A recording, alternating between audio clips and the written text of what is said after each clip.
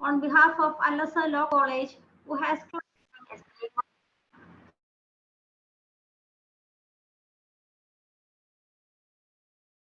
all of us on an internet and pedagogy in changing era. Now, I give the floor to Ms. Sheba Verghese to deliver the welcome address on behalf of Dr. Lovely Paulose, Principal, Azhar Law College, who is not able to address us due to some inconveniences. Ms. Sheba Verghese works as an assistant professor in Azhar Law College and is currently the head of PG department. I welcome you, ma'am.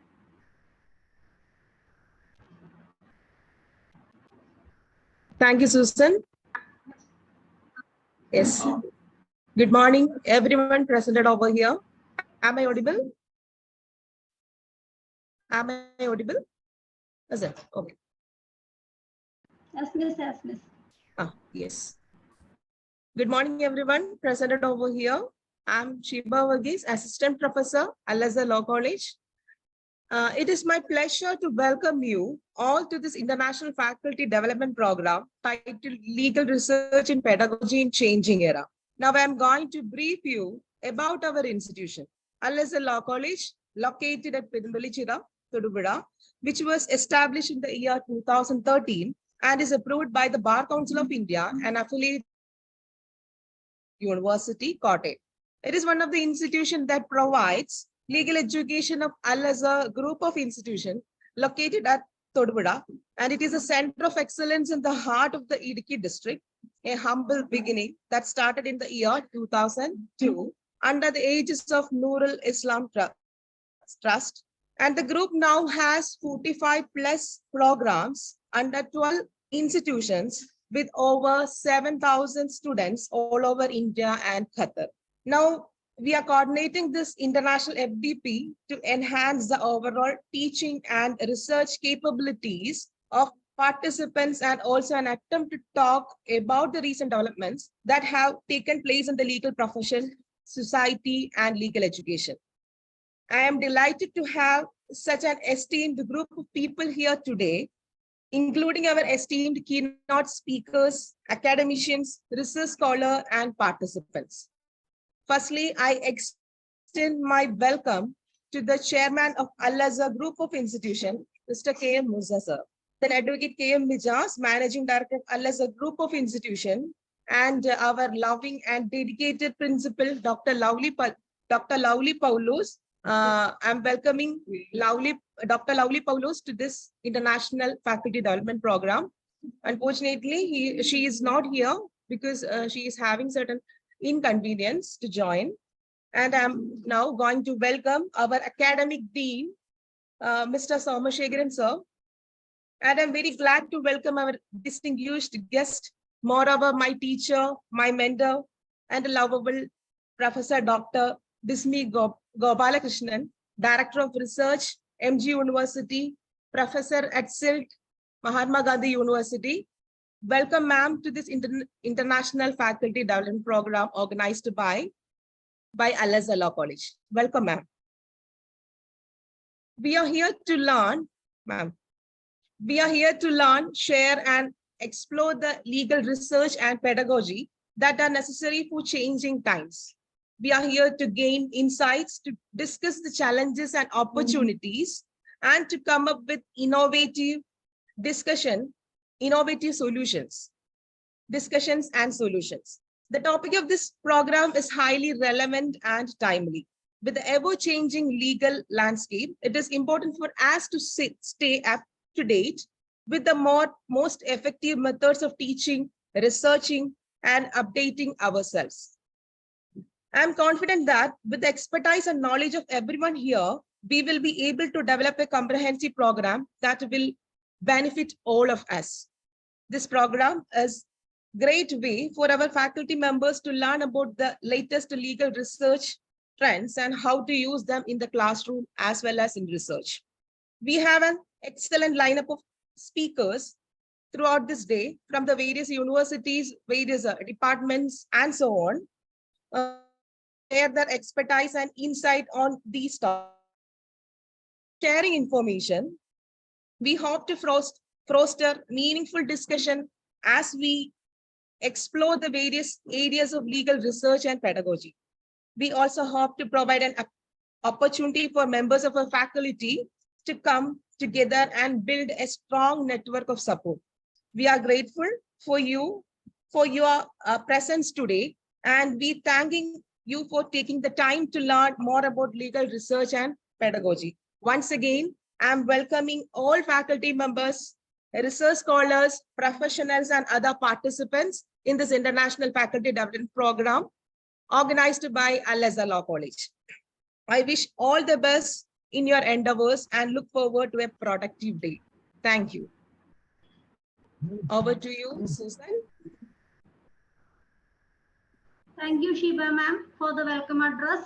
Moving on towards the inaugural session of our FDP, the session is given by Dr. Bismi Gopalakrihnan.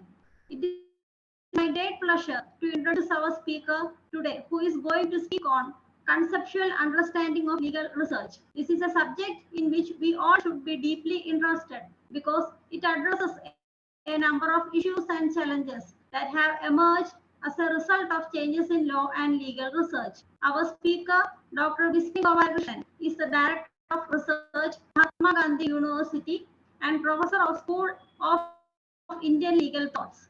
She has a distinguished career in legal research. She owns international fellowship in Alumni United States Department of State Bureau of Educational and Cultural Affairs and International Visitor Leadership Program. Nearly 40 articles of Dr. Bismi Gopalakrihnan has been published in conferences and journals. She has a teaching experience of 22 years and administrative experience of 15 years in legal field. Again, Dr. Bismi Gopalakrihnan has drafted the scheme and syllabus for many courses across Kerala during that period. She is also the coordinator for Generation UK India program, wherein students from UK came to study at University of Kerala for a 2-week course. I welcome you, Bismi ma'am.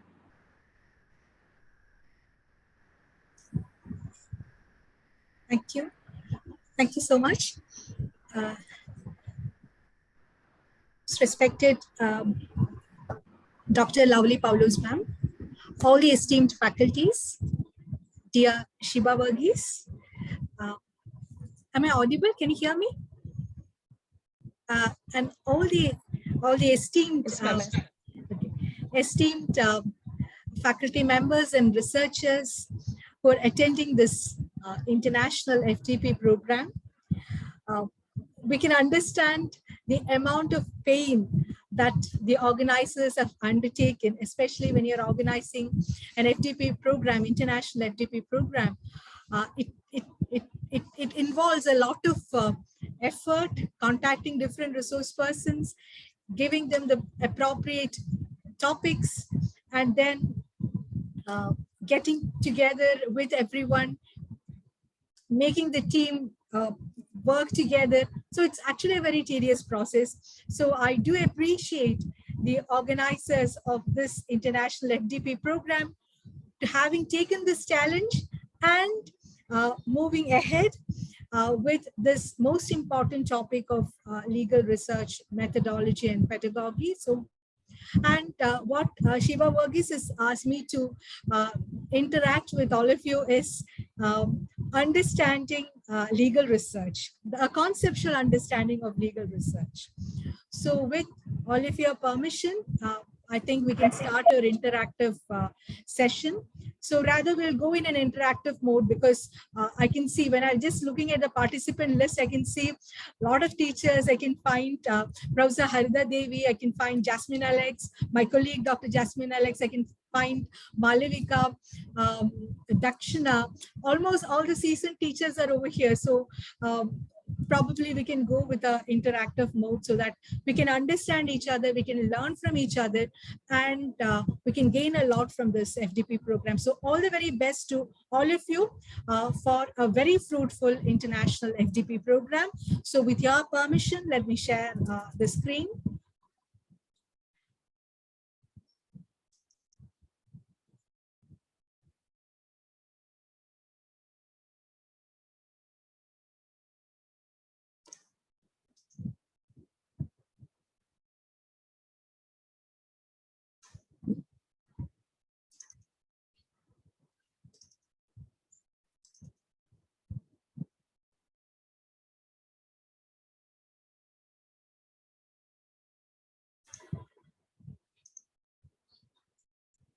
is it visible? Is the screen visible? Yes, ma'am. Yes, ma'am. Yes, It's ma'am. visible. Yes. Thank you so much. Thank you. So, conceptual understanding of legal research. So, when Shiva narrated this particular title, I was asking her, Shiva, uh, actually, is it something which, because uh, it's not that easy, but it can be made very easy. So since it's an inaugural session, what I understood was that we'll just try to understand what the legal research is, the nature of legal research, the scope of legal research, how do you go about with the legal research, the type of legal research, and then how we set the pace of our legal research. So why legal research? So that is the first question that came to my mind when Shiva was narrating this particular topic to me. Why legal research? So maybe after 20 or 22 years with this legal field, this question may find quite naive, but why legal research? What is the purpose of legal research? Is legal research only for those who have enrolled for PhD, or is it for some other group also? Is it an unending process? Because it is often stated that when you join a PhD and you complete it, your research life starts. Is it so? Or is it something more? Are UG students good researchers? Do we mold our UG students, those tiny tots that come before us, as a legal researcher? Do we enter our postgraduate students into the road of legal research? Do we provoke them? Do we consider them as legal researcher?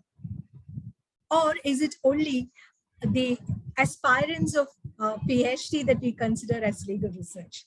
And are we legal researchers? As faculty, are we legal researchers? So why this particular legal research? So I was just trying to find out an answer to this particular question. Why legal research? So I'll just share my answer and then probably I'll just take your answers for this. Why legal research? What is the fantasy of legal research? Why do you go about with this particular legal research? I know each one of you will have your own answer as far as this very simple question is concerned. So as far as I'm concerned, legal research may be carried for a lot of purposes, a lot of different purposes. And for some, it may be to identify the sources of law. So maybe we are confronted with a problem in the society. Maybe we are confronted with a legal problem. And it affects our mind so much. We are trying to understand particular legal problem. It's in front of us. And we really want to understand the source of law. What is the law that is applicable to this particular legal problem? And then what solution can we give to that particular problem that has been identified? So legal research may be for that. So to identify the source of the law, to apply this particular law to that to the legal problem that we have identified, and try to get a feasible solution for the problem that has been identified. So in that sense, even the advocates, the lawyers are researchers, because every now and then we can find problems coming in front of. They really do a factual and legal research in an effective manner. And probably there may be the second reason, that is to expand the horizon of our knowledge, to expand the knowledge, the aspects of law, and to understand the system of legal system in which that particular the law is working, and try to understand the societal interest of that. So the purpose for research for that particular group would be to expand the horizons of knowledge and to understand the law much more. So, and the third group, it may be driven by policy considerations. For example, the bodies like Law Reforms Commission, they may be interested in a particular problem. So to investigate the social, the political, the economic implications of a current or a proposed legislation. It may be a dowry legislation. It may be the domestic violence related legislation. It may be the legislation relating to the child sexual abuse. So anything. What is the impact of that particular legislation? How you can go about reforming that particular legislation? And again, maybe about corruption, maybe about transparency, maybe about accountability. So all these issues can be an area where the bodies like the Law Reforms Commission can investigate the particular different aspects, the socio-political, legal, and economic implications. So the reasons may be several. So I was just penning down the reasons that quickly came to my mind. So I'll just ask here the esteemed participants observation regarding this. What do you think? Why legal research? After all, why an international FDP should start with open with a session of why legal research? We know what legal research is, but actually what is it, and why do we really give importance to legal research? What is the end aim of this particular legal research? Please.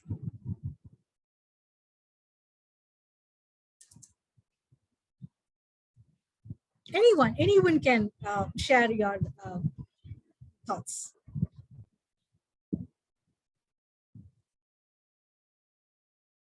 Are you listening? Can you hear me?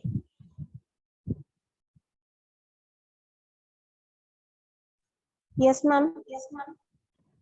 Okay, then please just, why do you think legal research? Why do you go about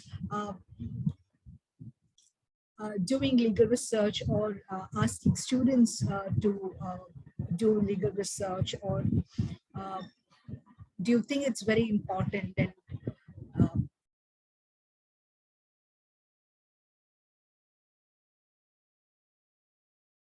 And any answers? Can I expect any answers from you? It's not an answer, actually. It's your experience that speaks. Why legal research? Why do you really want all of us to be engaged in legal research?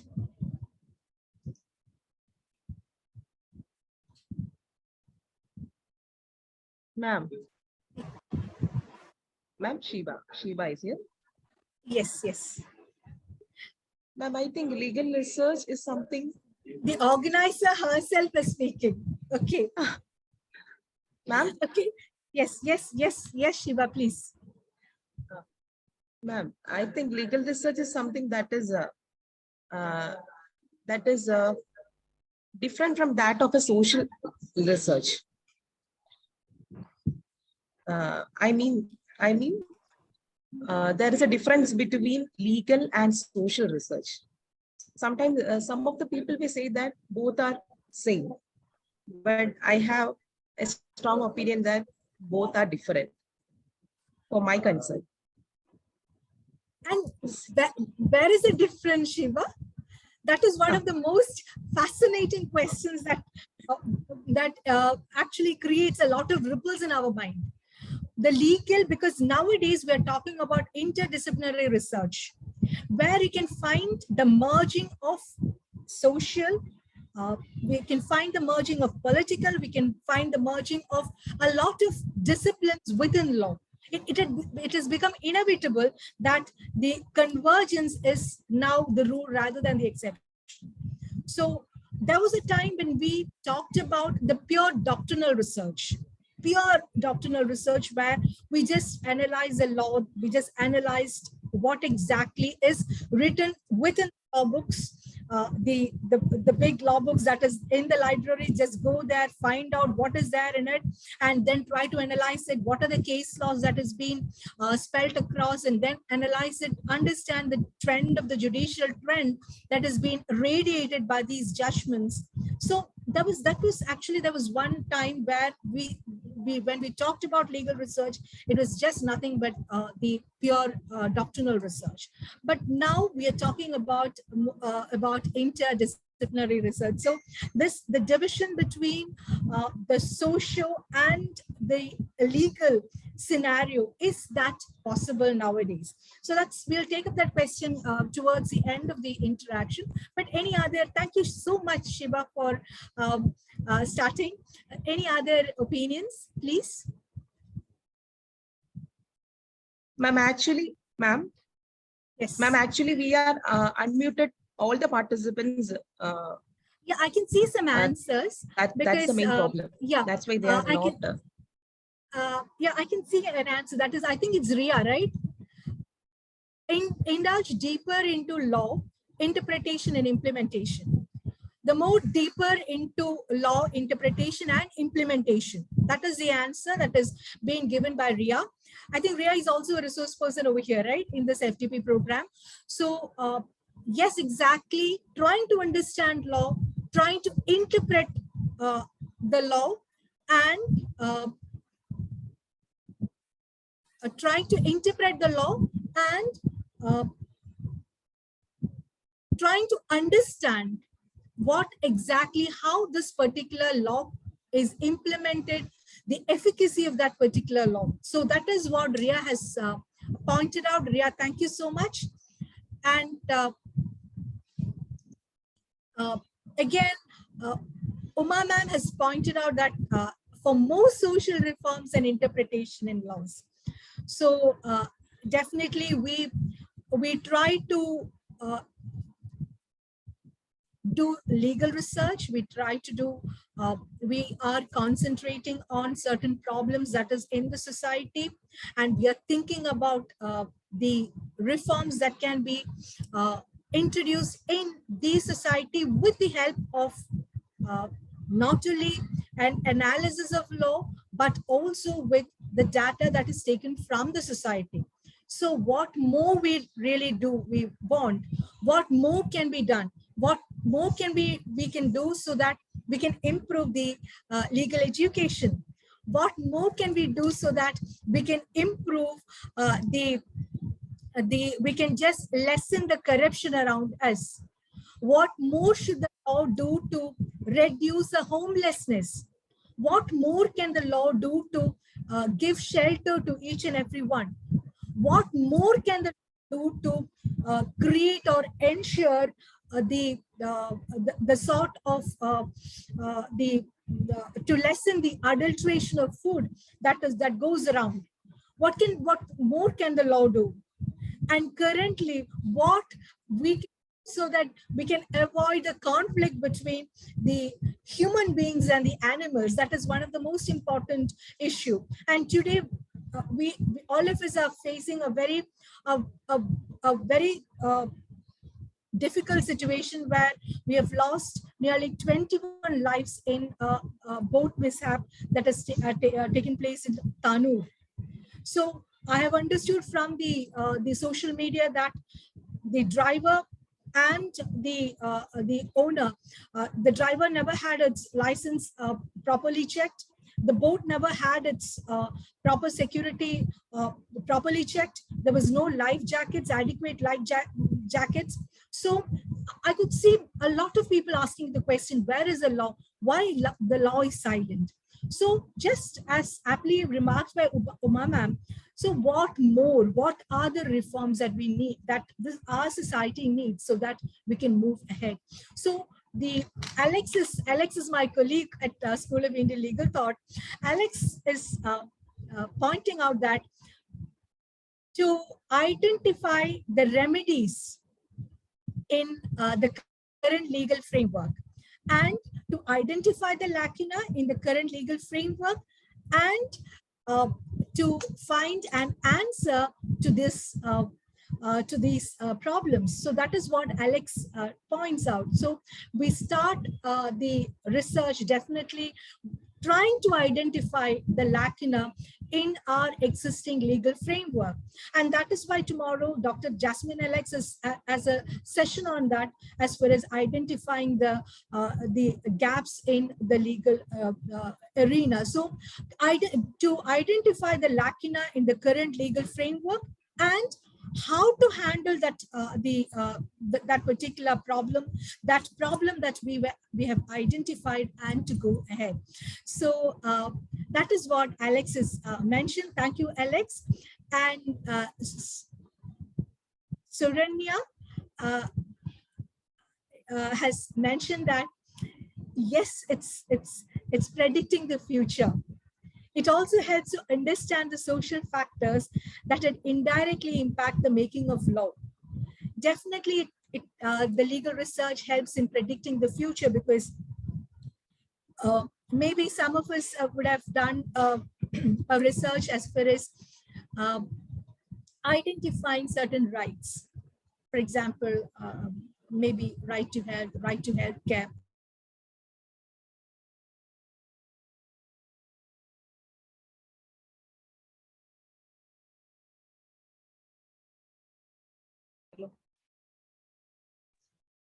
Ma'am, you are mute. Ma'am, kindly unmute. Actually, you have unmuted me. You have muted me. Sorry, ma'am. That's a technical error. Okay. So look, the factor is that what exactly we are trying to predict.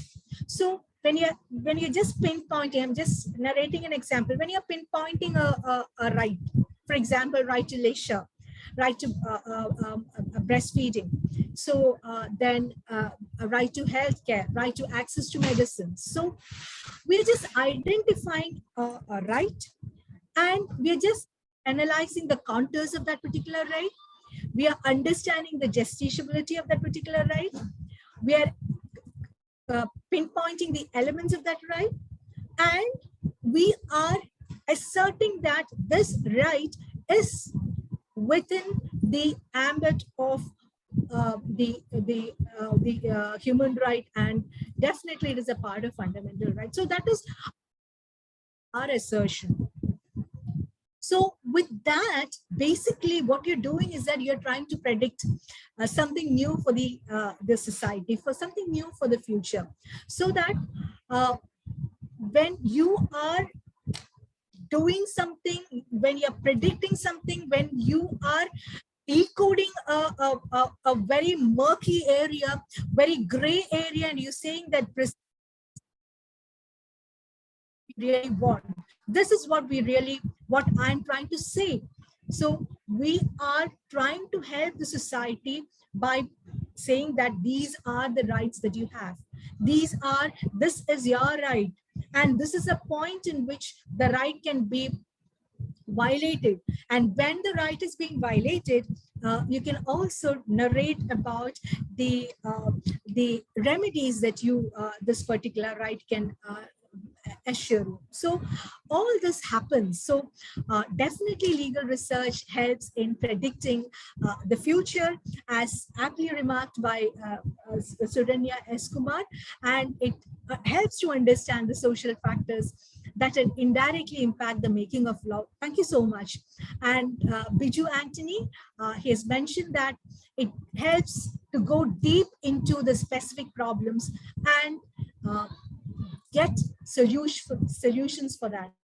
identifying the problems, which I've narrated some problems. So identifying the specific problems in our area, whether it is relating to ADR, whether it is relating to space law, whether it is relating to, as I've already mentioned, food adulteration, or whether it is relating to clean water, again, whether it is related to the bottled water, whether it is related to the food that we consume in the hotel, whether it is relating to the safety of the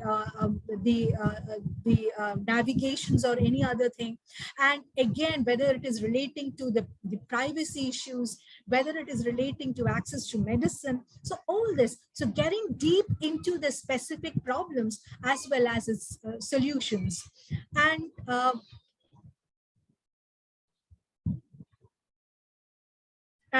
of course, we have another answer which says that to find the lacuna in which has already been mentioned, find the lacuna in the existing legal framework, and tackle the problem in hand, and what can be done to change that particular situation. That is Saumi Roy. Definitely that opinion has been already been mentioned in the chat box, and thank you so much, Saumi. And Sangeeta PM, Sangeeta has Sangeeta, I think she's a researcher at School of Indian Legal Thought, and Sangeeta Sangeeta has pointed out that to support the legal decision making, the legal research comes into limelight. It identifies and retrieves the information to make the complex process very simplified. Maybe we have we have identified the problem, and we are in a position to offer solution to that. So actually it's very handy to the society. So thank you so much for narrating your views, for sharing your views, and basically, yes, the legal research, it is an inevitable part of our daily life, as whether as a faculty member, whether as a researcher, whether as a student of UG student or a PG student. Legal research is a part and parcel of our academic life. The thing is that we have to identify that this is a basic concomitant of our routine academic life, and must be very committed to legal research. So the fact is that, just to sum up the valuable views that you have shared in this with me, the fact is that research is something which is increasing. The importance of research, it is increasing day by day. We cannot deny that, because the problems in the society, it increases. The nature of the problems differs. Look, just imagine, just identify 2 or 3 problems that which we are besieged now in this contemporary times. So participants from Kerala know that we are besieged by the problem of the elephant issue that has happened in Munnar, where we have deported an elephant to Periyar Reservoir, and we are having issue with the Tamil Nadu forestry, are having issue with us. They're very vigilant. So did we do the right thing of deporting a particular elephant from its own habitat? And were we right in giving the right to the people to inhabit in that core area where the elephants had their own habitat? Were we right? So all these issues are actually boomeranging our head in the contemporary times. Today we have another problem, that is the problem of the safety issues as far as the boat and the other navigations are concerned, the water transports are concerned. So we had mishaps, we had the problems as far as the road accidents are concerned. We have problems as far as waterways are concerned. But what more can we do? What more can the law do so that we can mitigate this particular problems that we are facing? So these two problems are in front of us. So a legal researcher in us will be so fascinated to find what exactly is the law of backing as far as the problem is concerned. What is the law behind this? What is the lacking of this particular law? What changes should the law need, and how we can change the particular situation so that we can be more eco-friendly, more environmental friendly, more healthy, and more safe as far as our communication is concerned. So we can't deny the fact that research is very, very important, and its importance is increasing day by day. So is conducting legal research a very complex business? So from the first question, we'll be navigating into the second question. Is conducting legal research a very tough issue, whether it is a complex business? So how far are legal researchers, how far are researchers, how far are students, how far are graduates, the legal professionals, the academics are equipped to undertake legal research? Are we equipped to undertake legal research? And are their research skills comparable to those of the researchers with a medical science, social science, or humanities background? So can we compare our research with that research that is going on in the medical field, in the science area, in the social science field, or the humanities background? And what pitfalls await the new researcher? And how can the pitfalls be avoided or addressed? And what are careful planning we actually need? So these are the very basic questions that come to our mind, because when we try to analyze whether the legal research, whether it is an easy one or whether it is a tough one, all the three questions comes into our mind. So are we equipped to do research? And what type of research are we doing? And can our research be comparable to the research that is going on in other fields? And what all should we do so that we can avoid the pitfalls that is inherent in our legal research? So basically, when we're trying to conceptually understand legal research, now coming to the topic, when you're trying to understand conceptually, we have to mention two things, two classifications. The first, something which we have heard in the year jurisprudence classes. Jurisprudence never leaves us. It's always with us. So the black letter law and law in context. Actually, this is the basis of legal research. When we try to understand, analyze legal research from a conceptual manner. So what is the influence of the black letter law tradition, and what is the influence of law in the context tradition? So does it have any influence as far as legal research is concerned? So the black letter law, we have heard it, we know that. We start our reading, the basic reading of law, by understanding the black letter law. We know the exponents of black letter law school. We're very familiar with that. But when we transplant black letter law tradition to research, we can understand that black letter law, it focuses exclusively. It focuses really very heavy.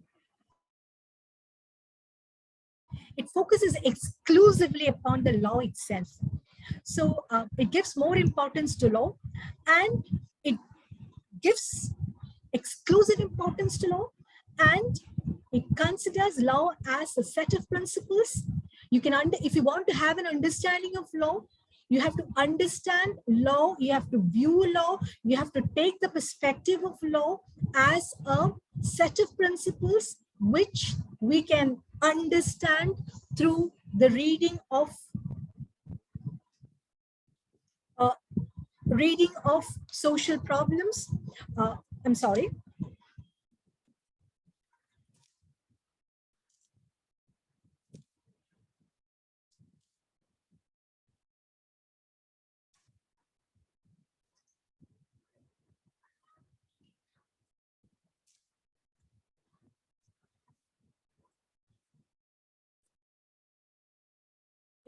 So we have to understand law through perspective of the case laws, the court judgments, the statutes, with little or no reference to the outside world.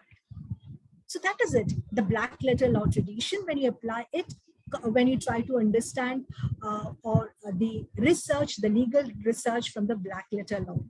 So here, the focus is exclusively on the court judgments, the statutes, and you read it, analyze it, reread it, and then you write down the trend, the judicial trend. You understand, you just focus on the statutes. You read it. For example, the Essential Commodities Act. You read it, you reread it, and you understand essential commodities, the point in which the administrative law is actually flowering in sections. How do you decide the price of sugar? What are the factors that really makes it important as far as the price fixation of the sugar is concerned? And then at what point you can deviate from these particular orders? And when the deviation happens, have the parties approach the courts, and then whether the price of raw material is one important factor that decides the price of sugar, and then what are the factors that the courts consider as far as the reasonable price fixation is concerned. So all these things happen. So here you understand the statute, you understand the section, and then you reread it, you reanalyze it, and then you just understand it from the perspective of the court judgments, the category of the judgments that has been pronounced by the courts, and you try to understand what exactly is the law, what exactly is the current law, what is the exact law as far as the current situation is concerned, how we can move ahead. So that is a black letter tradition. So we're not bothered about what happens outside. We're not bothered about the other the societal factors. We're not bothered about the sociological factors. We are concerned with the principles that we derive from the reading statute.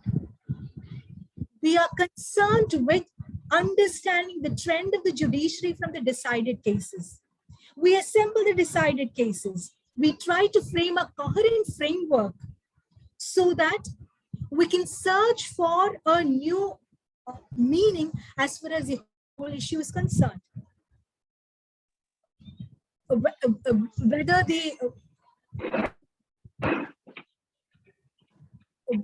we can just understand the rationality, the reason of that particular judgments exhibited by the courts, and we can understand the reasons, and we can arrive at a theoretical cohesion as far as which will further our legal scholarship.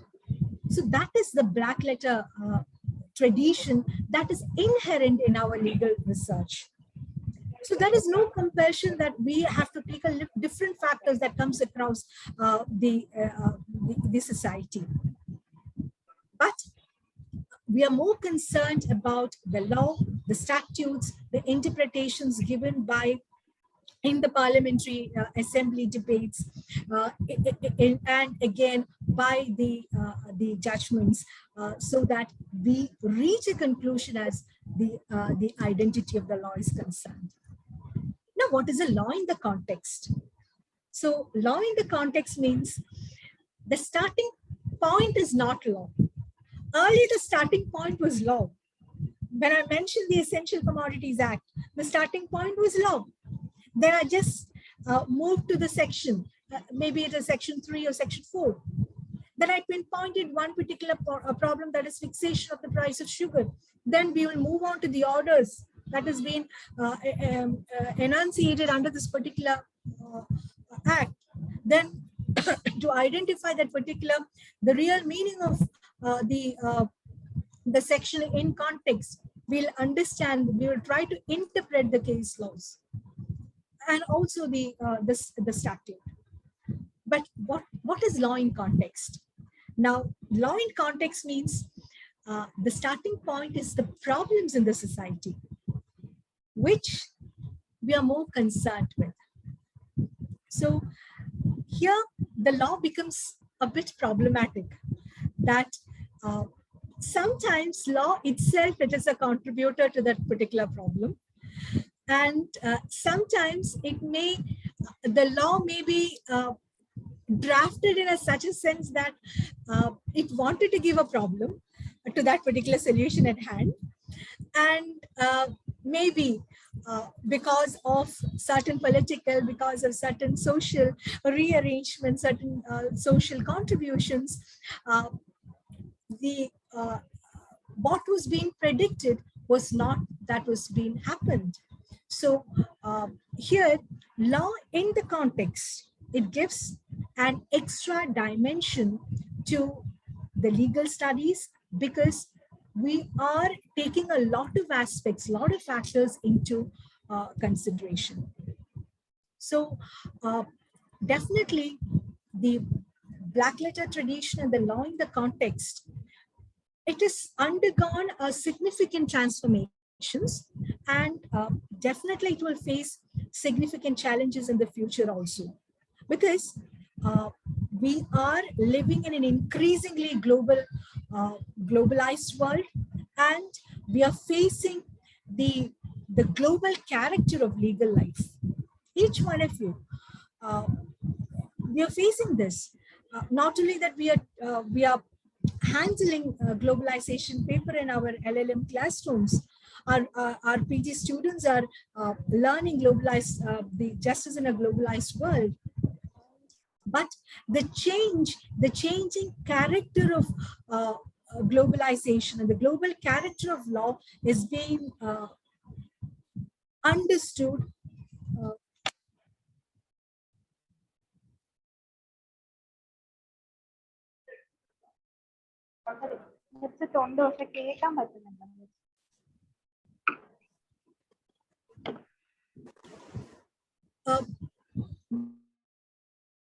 is there any problem? Yeah, ma'am. Audible? Yes, audible. Yes, ma'am. Yes, ma'am. You are audible. So the increasingly global character of legal life, it is a reality. And basically what happens is that the legal systems earlier, maybe 15 or 20 years ago, when we tried to do research as far as understanding the legal systems across the world. I'm just talking about 20 years before. So many of you can't imagine that particular years, because at that time, everything was not available in the fingertips. Here, nowadays, almost all the resource, almost all the research, the literature, everything is available. And we have libraries, we have the Kerala University Library, we have the MG University Library, especially the Kerala University Library. They have been giving the access to, online access to each and every person who take a membership over there, and almost all the data as far as the resource as far as legal research is concerned, it's available. The online resources are available. Name any online resources the library provides you. So times have advanced in such a manner that we can find, you can understand any legal system across the world. But earlier it was not so. It was not that easy. We have to go through the books written by A.C. Kapoor, or you have to just go to a cafe, which was very rare at that time, sit there and just browse as far as the different legal systems, jurisdictions are concerned. And very painfully, just a minute.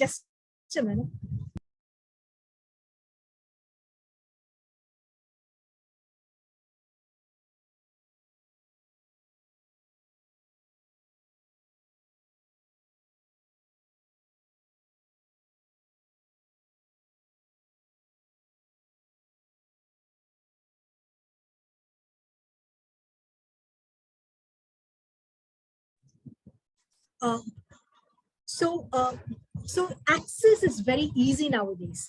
So any problem that we have identified, any issue that we have identified, you have an answer to that. So whether the primary sources, whether the secondary sources, it's not at all a difficult task for you to move ahead. So the ready access of materials is there, which is not so in the earlier days. And so the research and the scholarships, the researchers, they are actually I will use the term, they're forced to have an alternative perspective to the problem that they have identified, and try to find an answer to the entire problems that they have identified. So things are becoming more easy nowadays. And the trans-jurisdictional instruments. Earlier, we had to, as a researcher, as a student, I still remember, if you wanted an access to an international document, whether it is a UN-related document or any other document, you have to go to the university library where you have an UN section, or you have to go to another the political science library. So where you have to have an access to, you'll be able to have an access to an international convention, international instrument. But now it's not so. You will find it so funny when hearing all this. So because it is the access to the instruments, access to the basic the constitutions of different the jurisdictions, almost everything is available online. The online data resources are so strong and rich, and the access is so easy that we can take up any challenge and we can take up any problem and have a solution for that. Only thing is that we should be determined. We should be determined to take up the challenge and go ahead. So the conventions relating to human rights, which increasingly penetrate to our domestic legal systems, and again, which try to stimulate our domestic systems. So we try to understand those international conventions, and we try to evaluate the international conventions. We try to analyze the international conventions, and whether can give any answer to our systems, our problems. My teacher, Dr. Girshankar sir, used to tell me when he taught me as far as Article 12 is concerned, the definition of state, when the globalization era has happened, when all the impact of globalization was happening. So what exactly is state? And what parameters is being considered as a state? Definitely, we'll go through the judgments, etc., the dissenting judgments and the parameters as far as the criteria of state is concerned. But the question that sir has always posted in our younger days was that, look, when private entities are stepping into the shoes of state, when the state is receding back, you cannot have a welfare state anymore. What will happen? How can you define state? Now, as a researcher, as a postgraduate student, that question was actually very a sort of quite adventurous for us at that time. It was, and then we just thought, how is that possible when state itself is receding back and there is no welfare state, when the regulatory facets of state is dwindling every day?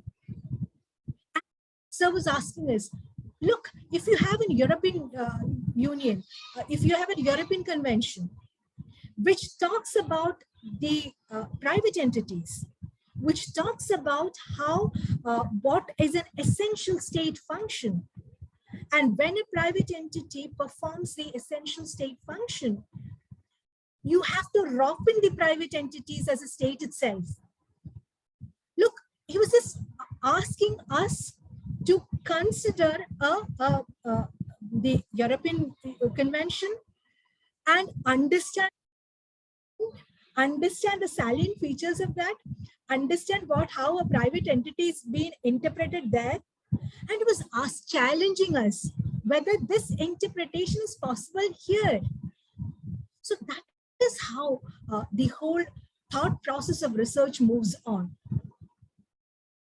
Challenging us every now and then as far as the entire system is concerned, stimulating us, stimulating our thoughts, and understand the wider perspective, the wider consideration, and understanding how the world is being changed and how the world has become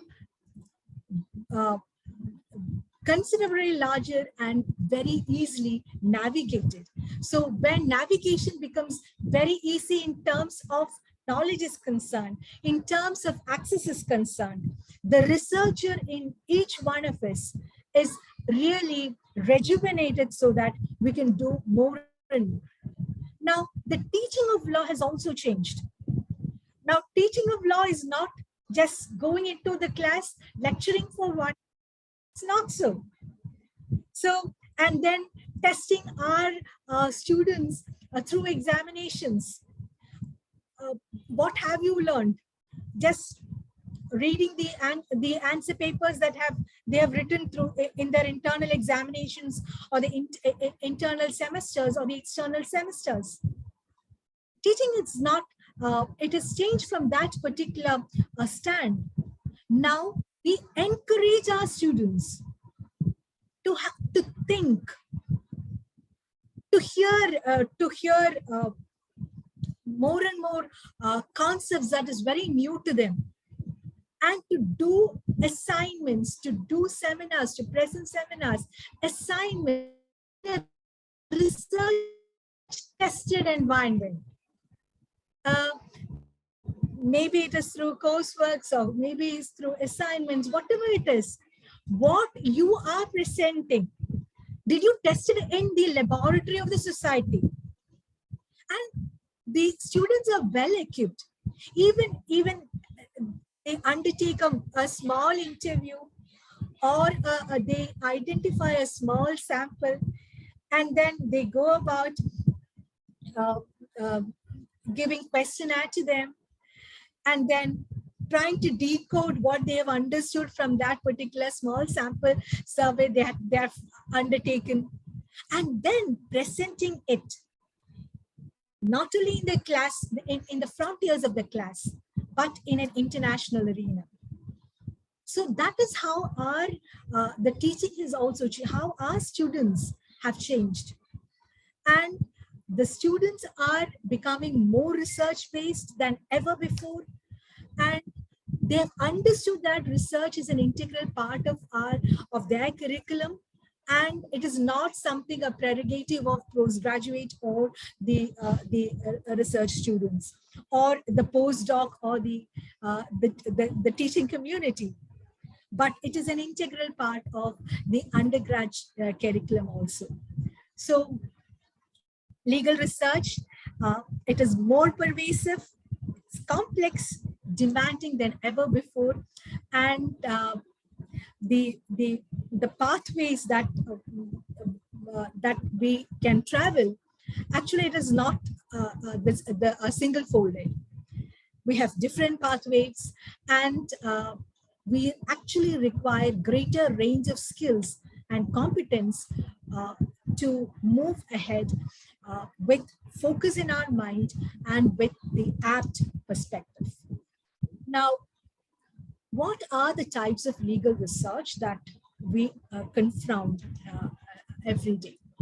So just translating the conceptual part of the legal research, that is taking the black letter law tradition, and when the black letter law tradition comes to the research, we call it the doctrinal research. So the doctrinal research, it extensively uses the court judgments and statutes to explain law. And we have our own specialized way of understanding, approaching the black letter law traditions. So we have our libraries full of raw materials for textual analysis, isn't it? We have textbooks, we have case laws, we have legislations, and backed by the materials via the internet, whether it is Hain Online, JSTOR, whether it is Manupatra, all these are available in almost all the legal institutions, Westlaw. And I was also talking about the remote access. So you can, in the cozy atmosphere of your home, you can have access to the remote access to all the e-resources that gives you a compendium of the raw material for textual analysis. There is no need to go outside, and research materials are in front of you. But especially for the black letter law, there is no need to barge into law libraries now, because you have everything in front of you. Within a click, you can find it, you can read it. Only thing is that you should know how to manage the ocean of materials that comes in front of you. So in many aspects, as far as the law students are concerned, they have to the black letter law traditions and use interpretative tools or legal reasonings to evaluate the legal rules and suggest recommendations for the further development of law, at least in the initial times, initial ages. They go for this evaluation, for the recommendation part. But when they move ahead, when they just move ahead, what they terms is that they try to have deep connections with the so-called empirical legal scholarships or socio-legal studies. So because we have commentators who criticize the doctrinal analysis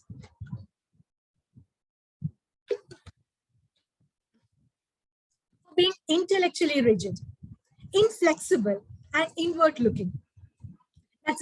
That's a rudest criticism that has been given for the doctrinal analysis. It is intellectually rigid, inflexible, and inward looking.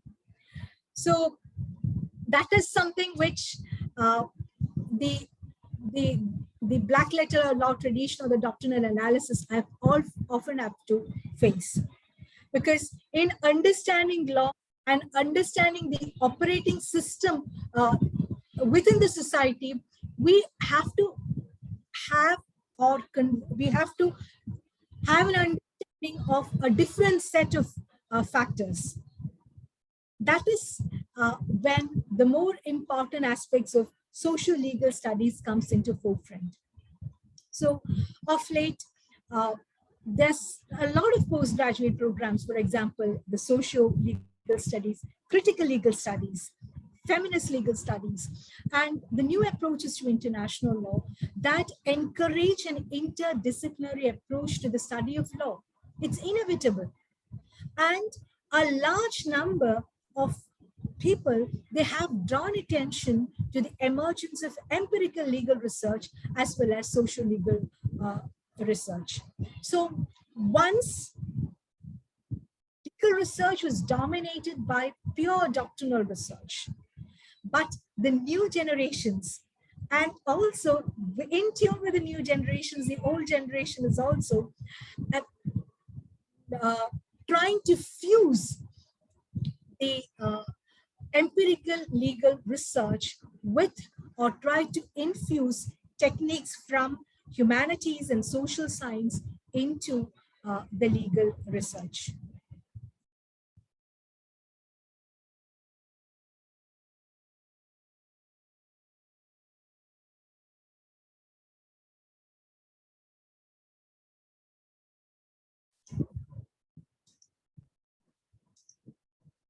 So the non-doctrinal approaches, basically it represents an avenue of studying law.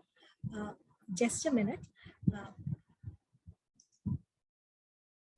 I can see a comment from Professor Girishankar sir. Sir, are you there? I've just read a comment from you. Dr. Girishankar sir, sir.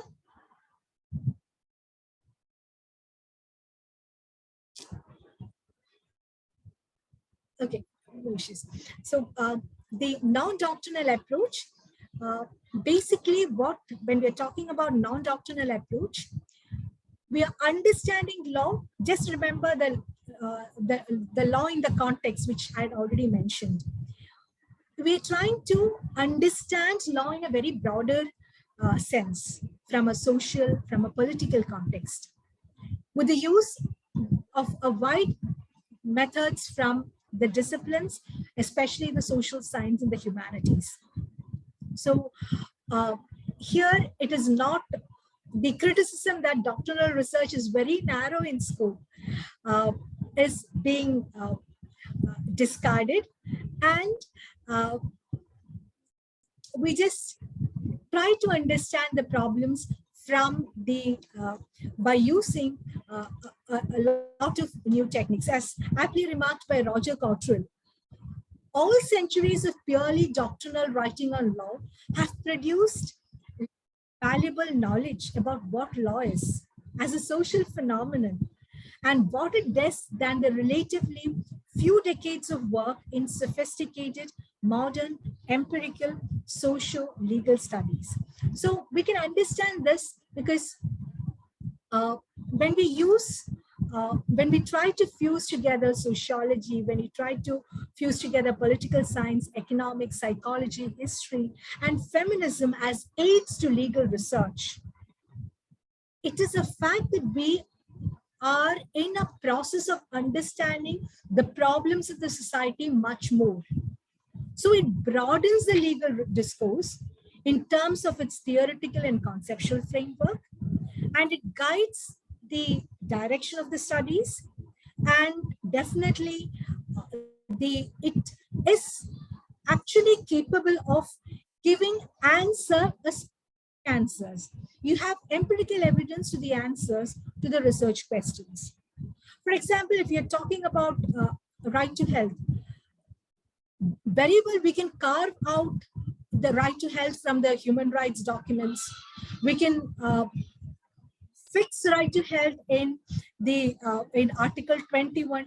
We can decode Article 21, and we can also understand the case laws pertaining to Article 21, that is right to health.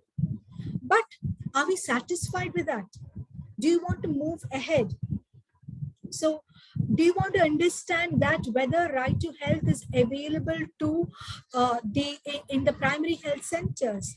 To what extent that the primary health centers are occupied with adequate medicines? To what extent the resources are available? And when you're talking about medical decision making, as far as transplantation is concerned, when you're talking about medical decision making as far as the open heart surgeries are concerned, is it affordable to one and all? Is it free of cost? Is it given free of cost? What are the hurdles for the people to have access to the adequate healthcare services? Now, is this essential or adequate healthcare service? Now, what are the institutions? What are the governmental institutions that provides free of cost the open heart surgery is free of cost? What is the value? What is the amount of a pacemaker? And then, what about cancer treatment?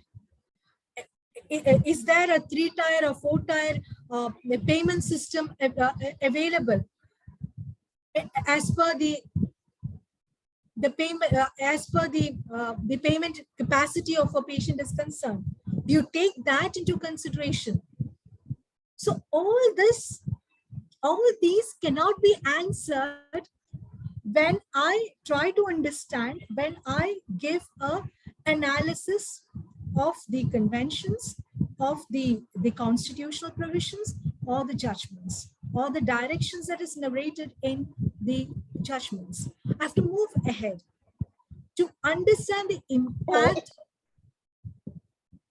the judgment, to understand the impact of the right as such. I have to move ahead. Now, as far as the medical decision-making as transplantation is concerned, the Punarjani project, is it efficacious enough? Is the right patients being selected? Of identifying the right, the donor and the donee. What are the problems that is being faced by the donor and the donee? And what move should we do so that we can have we can strengthen the cadaver, the projects as far as the government is concerned. So all this needs evidence, and those evidence, it can be collected only from the society. So with a strong analytical background, we should have a strong analytical background. Without that, how are you going to identify the problem, and how are you going to answer the problems that exist in the society? Having a strong doctrinal base, we can fuse it with the empirical evidence so that we can have answers to the research question. For example, the disaster management. We can have an analysis, we can have a thorough analysis of the Disaster Management Act, the regulatory bodies that has been attached with it, and also how efficient the regulatory bodies are.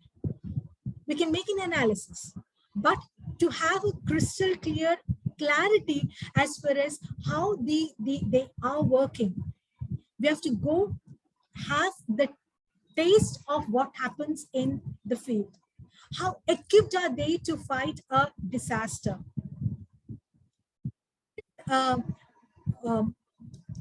We have also understood as far as the pandemic is concerned, the legislations that was being enunciated during the time of pandemic, the ordinances that was being promulgated, the human rights confinements that we were undergoing during those pandemic time. Are we equipped for another pandemic? Is our health system equipped for another pandemic? So do we need a new legislation so that it can cater to the needs of the pandemic jurisprudence, the management of a pandemic, and also a proper balancing of the human rights are concerned? So we can think about that. We can have an analysis of that issue from a doctrinal perspective, and more clarity can be have when we try to understand it from the law in the context aspect. So law in the books plus law in the action will give you the perfect answer to the problems in the society, and the end result definitely would be giving more and more answers as far as the legal reforms are concerned. So even a couple of weeks before, I was just reading a PhD thesis. It came for evaluation. It was from a social science department from a different university, and since it came from a different department, though the student had a law background, I was very curious to read that particular thesis. Um, it dealt with how to reform the legal education, the curriculum.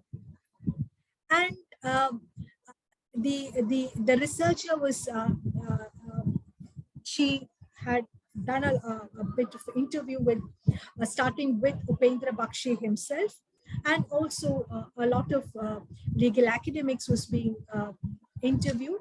At the same time, the a survey method was being employed in nearly 12 legal institutions in that particular state. And she came out with a very interesting legal curriculum where she narrated, she wrote down the curriculum as far as the 3-year and the 5-year is concerned, what all topics should be, what all subjects should be taught in the first semester, in the second semester, up to the 10th semester. And I was interested because legal history, which is no longer being considered at all. Legal history, she was saying that legal history must be taught in the second semester, that too in close connection with constitution. And she bifurcated constitution into nearly 3 or 4 parts. And law of torts was being brought into the first semester. So all such innovations was being made by the researcher. Actually, it was very interesting to read that particular work. And I actually requested her to publish that particular work. So what I was trying to tell you is that thoughts like this comes only from the society, when you try to have when you have a direct contact with the society, and these thoughts will have the power to change the existing scenario in which we are living. And especially in the 1980s, when the critical legal studies came into forefront, we had the ideas of and methods from the disciplines of sociology, anthropology, and literary theory. And on the whole, these approaches to legal scholarship is not only provided as an alternative to the traditional legal analysis, but nowadays it is being encouraged. The researchers has been encouraged to engage these in a very critical and use it as a cutting edge research to examine the relations between the law and gender, the social class, the ethnicity, the religion, and other social relations of power. And of late, one of my students, she came to me and she told me that, Tisha, I want to do a work in one particular area. And out of curiosity, I asked, what is the area that you really want to work in? And she was telling me that, look, there are so many discriminatory practices in our society, a lot of discriminatory practices, irrespective of religion. We follow certain practices, which we may call it maybe not scientific, not according to scientific temper, but these are the practices which we are following throughout the centuries. So I just want to understand that practice, and I want to understand how discriminatory those practices are there, and contextualizing it from the point of Article 14 and again Article 21. So I was just perplexed. I told her, look, you have difference. Look, India is, as you know, it is a plural society of different cultural issues in the society, of different traditions in the society. So how are you going to pinpoint that? Now, she had a very specific answer for that. So the researchers around us are actually, they're changing across. They are actually equipped to face the contemporary challenges, and practical level, what happens is that the interdisciplinary legal research, it does offer considerable promises. A lot of promises are there in the legal research. Maybe it offers an opportunity for differentiation in an increasingly competitive academic environment. So it also, we have to admit that the word interdisciplinary also, it is very practical in sense that it may help a researcher to place his or her work in the Scopus indexed journals. And it is perceived, the interdisciplinary research is also perceived as one of the founding most popular terms for research funding bodies and for academic, legal academics in particular, to provide access to research grants of a magnitude not usually available for pure legal research.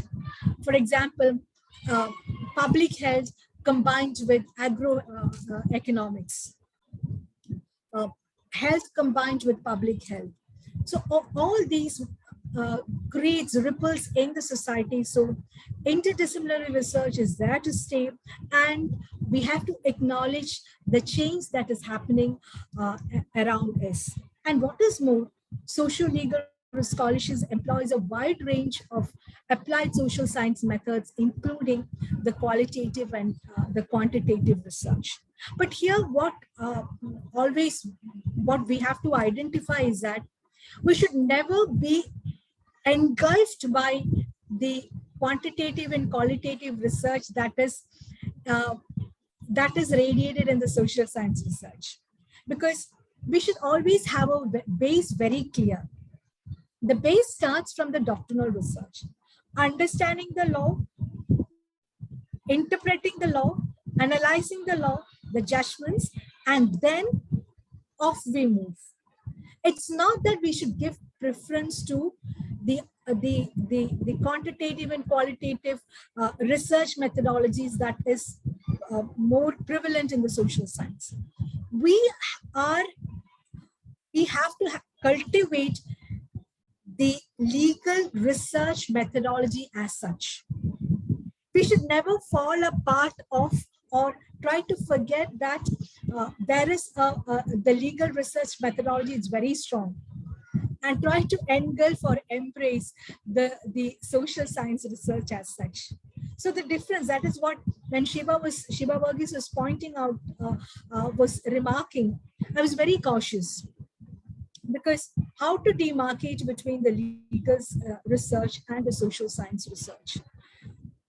Very unknowingly, we just try to understand all the techniques, especially the students nowadays, even the researchers, they say that, look, 2 or 3 chapters must be mandatorily empirical. Now, is it so? Is it mandatory? We have to provoke that, but we have to ask them, is it mandatory? Who have infused that particular thought in you? What is the purpose of going for an empirical research? So to decipher into the works of the existing legal systems, to understand the legal systems, to provide an answer to the problems in the society, that is our aim. And in that, with that perspective, we have to approach our research, and our research is nothing but legal research. And we also have the international and comparative legal research. So we have the doctrinal research, we have the interdisciplinary research, we have the international and comparative legal research. And this is the influence of international and supranational legal materials. So we are actually compelled to understand the wide variety of materials from different jurisdictions, and whether it is space law, whether it is the IPR issues, whether it is the ADR, we have to have an understanding of the different materials from different variety of jurisdictions, And we have to engage our students in critical thinking.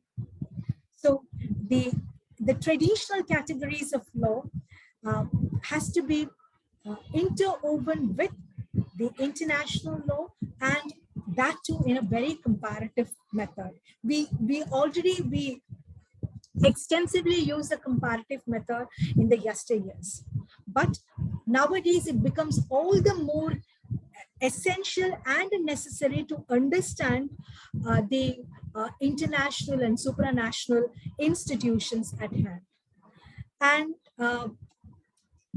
definitely, we also have to have the answer to the policy issues that is being raised by the supranational institutions.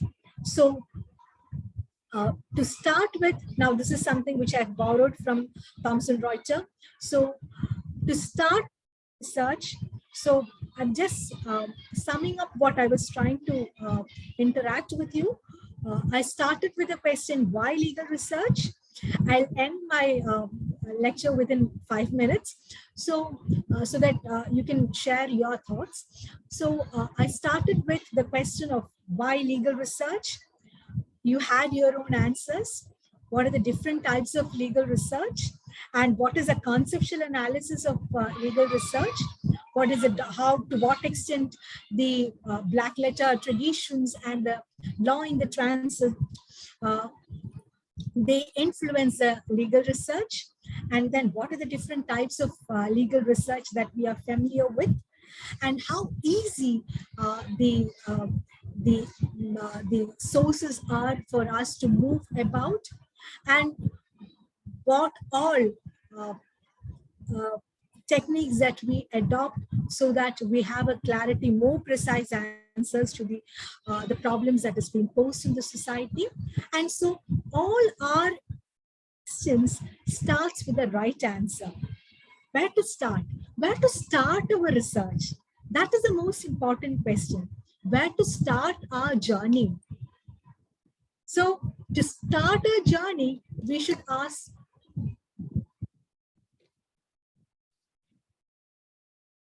right question, isn't it? If we have wrong questions, you won't have the right answers. So where to start? So your starting point should be very clear. So are you interested in that particular starting point?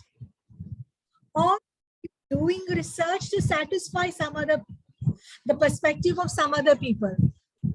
So the start must be yours. The problem that besieged your mind must be something which you have located, which you are interested. So what are the facts that provoked you to that in reaching that particular questions? Is it Uniform Civil Code? Is it domestic violence? Because today I was traveling from Palakkad to Kottayam, and I had a traveler with me. I was traveling in a bus, and it takes nearly 3 hours from me from Palakkad to reach Kottayam. And all these 3 hours, she was actually she was speaking to a person, and I presume that it was a husband, and she was narrating the trauma that she was enduring in her house from her in-laws and the husband's brother. She's a young girl, roughly about 20-25 years, and I also understood that she's a working woman. And she was just requesting her husband, she was pleading with her husband that these and these are the tortures that I'm enduring. This is how they are reacting to me, all these. So I was just very, very saddened, because we have a couple of legislations which empower women to move ahead. But in spite of that, we have plights like this. And she was, at a point, she was telling telling her husband that, look, I'm not going to return back to that particular house today. And since I should respect her privacy, since I should respect whatever the right to privacy that has been bestowed on each one of us, I didn't even ask any question to my co-traveler. But I was so saddened by the fact that our legislations are actually sometimes it becomes it becomes very silent or dormant to people like this. Maybe she is strong enough to take a stand and question the atrocities that happens. But I was just wondering, in spite of these legislations, the atrocities do happen. So whatever it is, so what I was trying to point out is that what is the right question that you should ask? Is the Domestic Violence Act efficient enough? What about the Dowry Protection Act? So what are the remedies that is being given by the Domestic Violence Act? So what more should we do? So every research starts with the right question. And the question should have your full interest in that. You should devote yourself to that particular question. The strength in you. Sometimes you may have an excellent trait to read the statutes, locate the statutes, analyze it. That may be your trademark. Understand that. Understand your plus points. You may have an excellent quality of interpreting the judgments. That is your plus point. Understand that. You may not be comfortable with moving around and then going ahead and distributing questionnaire, taking responses. You're not comfortable with the SPS system. So identify your weaknesses. So ask the right questions, start with the question. And in the question, the most important factor is that, is there a legal issue in that question that you have raised? Be very sure, is there a legal issue? Identify the legal issue. And a legal issue. The legal issue may be surrounded by sociological, political, economical, gender issues. Fine, no issues. You're all free to ponder into that. But your basic foundation starts from the legal issue. What is a legal issue? That legal issue will be entangled with sociological, with political, with economic issues. But identify the legal issue. What is a legal issue? And with that strong legal issue, understanding the legal issue, understand the relevant jurisdiction in which you are going to work. So I repeat, what is the question? Ask yourself the question, where to start? Identify the issue. Identify the jurisdiction, your domain in which you're working. And after that, try to locate the primary sources of law to support your legal argument. Is there any primary sources that helps you? Is there any treatise? Is there any legal articles? Is there any case laws? If there is any statutes, is there any regulations that helps your argument? Is there any primary sources that help you out? Is there any secondary sources? Any treatise, any legal articles, any law journals, any articles in the law journals, any writings that helps you out? So any primary sources, any secondary sources that helps you to mold that particular legal argument. And make sure that you are using the good law. You're not using the redundant law. You're not using the law that is repellent. You're not using a law which is overruled, reversed, questioned, or which may be differentially interpreted. So your start must be very clear. Then you can just move ahead, ask the right questions, identify the legal issue, identify the ambit of your jurisdiction, identify the primary sources, identify the secondary sources, analyze the primary and the secondary sources, leave out the overruled, try to understand the reasons of that, but make sure that what you are doing is the current apt one. So understand the key details and questions of your legal issue, find laws and information that supports your legal argument, and check what you have to find. You're going to find something new. You have analyzed many things, but you're going to find something new. So what is that still relevant portion? What is that new thing that you're going to find out? So identify that. And so read, go on reading, analyze, assess what you have analyzed, generate your thought process, think, note down what you are analyzing, and generate new thinking. Discuss with your peer groups and pen it down. Read anything you have been given. Analyze the facts and frames of the legal issues. Assess what you need to learn. And note the jurisdiction and any primary law that you have been given, and generate the potential search terms so that you can search the apt information from the internet. So once you begin research, you will need to keep track of your work, isn't it?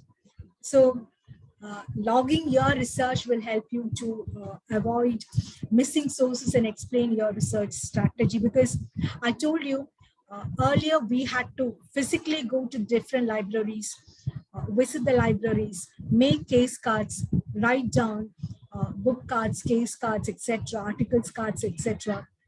There was no other option.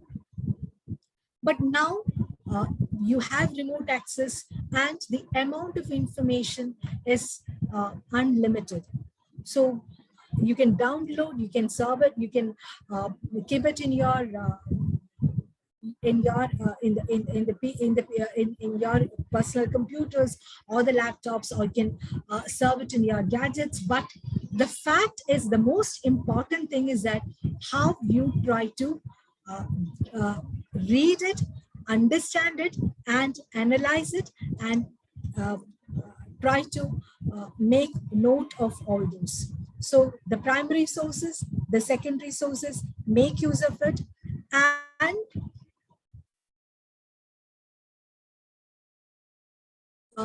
with the primary and secondary sources,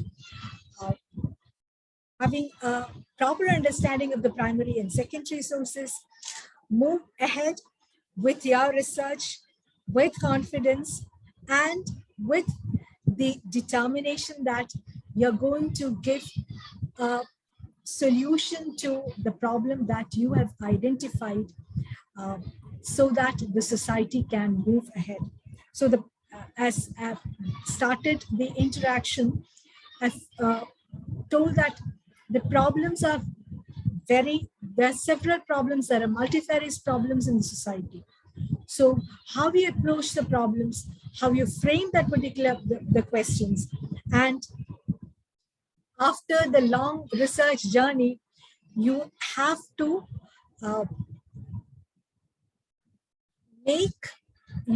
translate your findings into the thesis or dissertation or your project report. So for that, whatever you have written in your initial research proposal, your introduction, the scope of the study, your research objectives, your research questions, your hypothesis, your review of literature will come in handy. And uh, uh, once you have reached, you have confident enough that you have reached the solution to the problem that you have identified, let it be open and just give it to the society. Let it be in the public domain so that the society can read it, understand it, and move ahead with your valuable suggestions. So I wish the very best to all the FDP participants for a very important, very vitalized, very uh,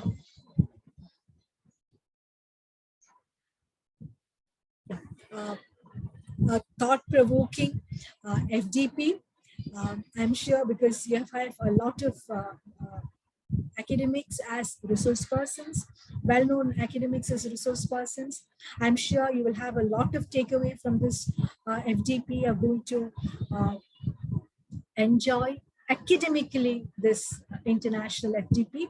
All the very best to each one of you. And I thank you. I thank the organizers for giving me an opportunity to be a part of this international FDP. I'm so privileged and humbled to be a part of this international FDP. Thank you. Thank you so much.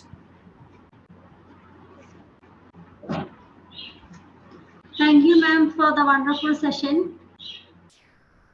Lastly, I welcome Ms. Madhuri Anand, IQAC Coordinator, Azhar Law College, for the vote of thanks.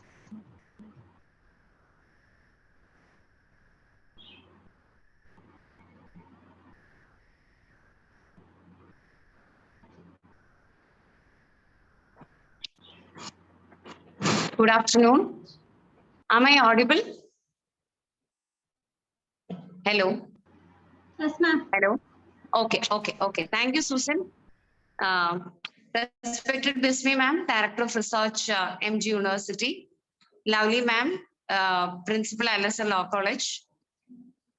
Dear participants, my colleagues, and my students. Good afternoon. We have heard Bismi ma'am for almost 2 hours. And today's session was on the conceptual understanding of legal research. And ma'am has provided us a very detailed explanation and mixing her experiences about the topic. Thank you so much, ma'am. I know that you have a very, very busy schedule.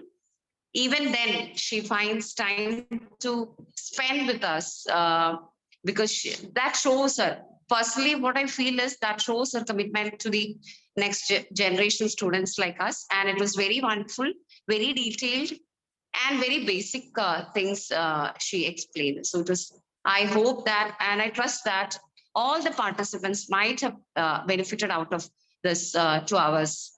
So thank you so much, ma'am. Then I thank Lovely ma'am for her wonderful advices for organizing a program like this. And I also thank all the coordinators, because organizing a 7-day workshop, that too online, and getting people, getting participants for this program is not that easy.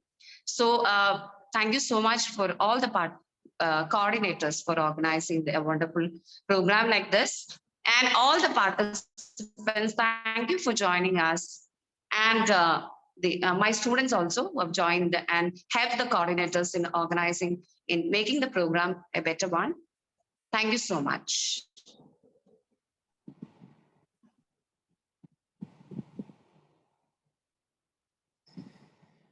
So thank you, Madhuri ma'am. So we will be sharing our feedback form in our WhatsApp group official FDP. So please kindly fill the form and give your valuable feedback.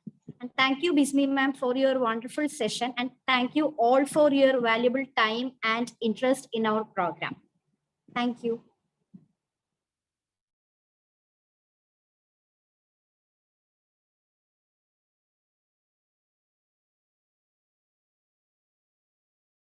Now the participants can leave the program.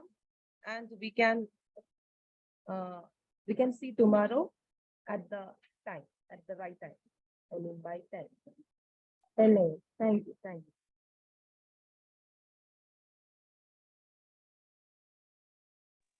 Thank you.